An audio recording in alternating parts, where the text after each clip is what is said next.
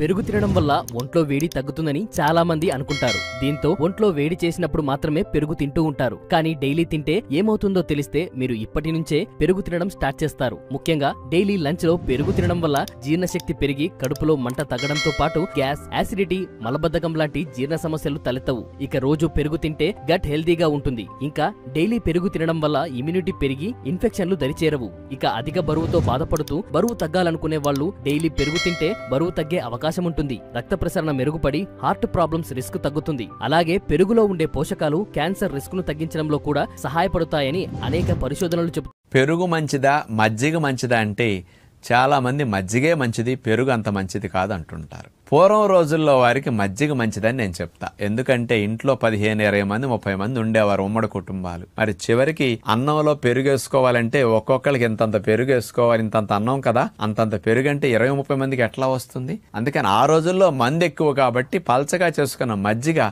సమాధానం చెప్పేవి. కాబట్టి ఆ రోజులకి కరెక్ట్ మజ్జిగ. కానీ ఈ రోజులకి మజ్జిగ అవసరం లేదు. ఇంట్లో ఉన్నది 2, 3 లేదా 4.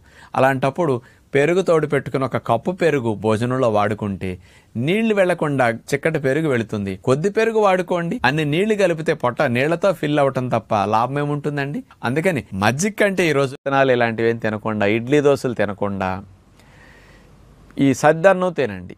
నేను చెప్పే టెక్నిక్లో మీరు చేసుకోండి. ఈవినింగ్ 4ంటికి అన్నం వండేసేసేయండి. అన్నంలో పాలు పోసేసేయండి, ఒక 1/2 లీటరు. కాస్త ఎక్కువ పెరిగేసి తోడు పెట్టేసేయండి. ఆ ఉదయానికి 8ంటికి పెరుగన్నం తోడుకుని బాగా లైట్గా పులుసు ఉంటుంది ఈవినింగ్ అయ్యేసరికి. అంటే ఈవినింగ్ తోడు పెట్టినందువల్ల గ్యాప్ ఎక్కువ ఉంది కదా, పులుస్తుంది. ఈ పుల్ల పెరుగన్నం సద్దన్నంలోనే అందులో కాస్త మీరు ఇంత జీలకర్ర, కాస్త ఇంత ఉల్లిపాయ ముక్కలు, ఒక పచ్చిమిరపకాయ 2 చిన్న ముక్కలు కోసం అట్లాంటి కొంచెం కలుపుకొని సద్దన్నంలాగా అట్లా తినేసేసేయండి. ఈ మంచి బ్యాక్టీరియాలు, ఎసిడోఫిలస్ బ్యాసిల్లస్ అనే బ్యాక్టీరియాలు పెరిగి ఈ